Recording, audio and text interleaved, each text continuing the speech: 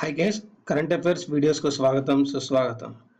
ఈ వీడియోలో మనం ఎవరైతే విజిటర్స్ ఇండియాని విజిట్ చేస్తున్నారో, ఎవరైతే విజిటర్స్ భారతదేశాన్ని విజిట్ చేస్తున్నారో, భారతదేశాన్ని విజిట్ చేసిన ప్రముఖమైన వ్యక్తులు, వాళ్ళు వేరే వేరే దేశ అధ్యక్షులు కావచ్చు, ప్రధానమంత్రులు కావచ్చు, ఓకే, ఎవరెవరైతే విజిట్ చేస్తున్నారో వారి యొక్క డీటెయిల్స్ మనం తెలుసుకుందాం.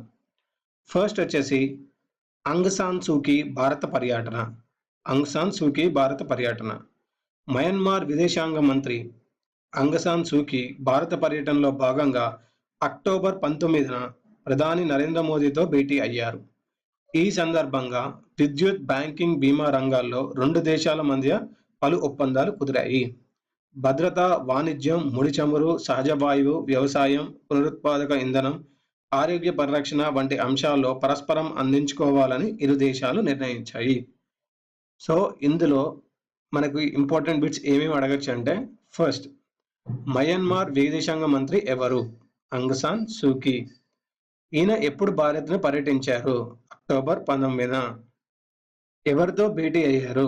ప్రధానమంత్రి నరేంద్ర మోదీతో. సో మయన్మార్కు భారతదేశానికి మధ్య దేని మధ్య ఒప్పందాలు జరిగాయి? విద్యుత్, బ్యాంకింగ్, బీమా రంగాల్లో రెండు దేశాల మధ్య పలు ఒప్పందాలు కుదిరాయి. ఇవండి ఈ టాపిక్ లో మనకి అడిగే బిట్స్. నెక్స్ట్, సింగపూర్ ప్రధాని భారత పర్యటన.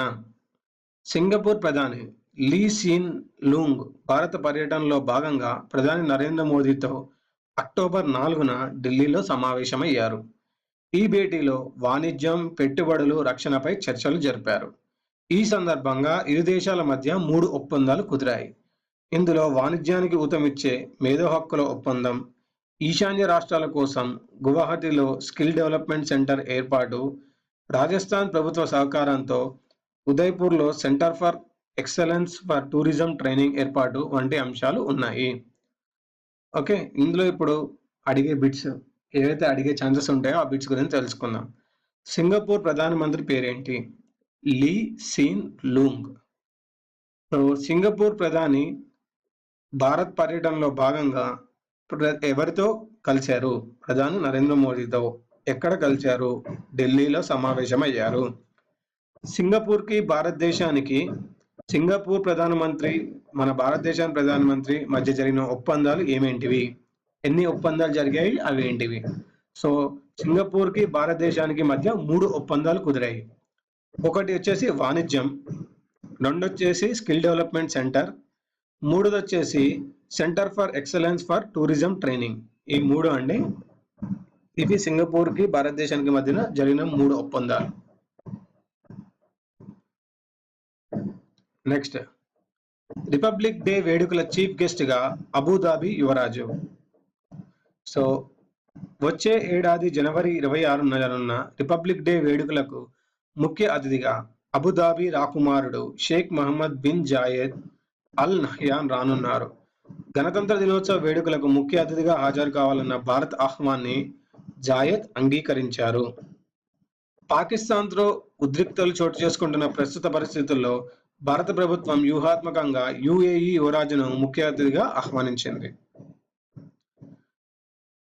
ఇస్లాం దేశాల్లో యుఏఈకి మంచి గుర్తింపు ఉంది. పాకిస్తాన్ను ఇస్లాం దేశాల నుంచి కూడా దూరం చేయడానికి, ఉగ్రవాదం విషయంలో ఆ దేశాలన్నీ పాక్ను దూరం పెట్టడానికి ఈ చర్య ఉపకరిస్తుంది. ఆ దేశంతో వాణిజ్య సంబంధాలను మెరుగుపరచుకోవడానికి కూడా ఈ ఆహ్వానం ఉపయోగపడుతుంది.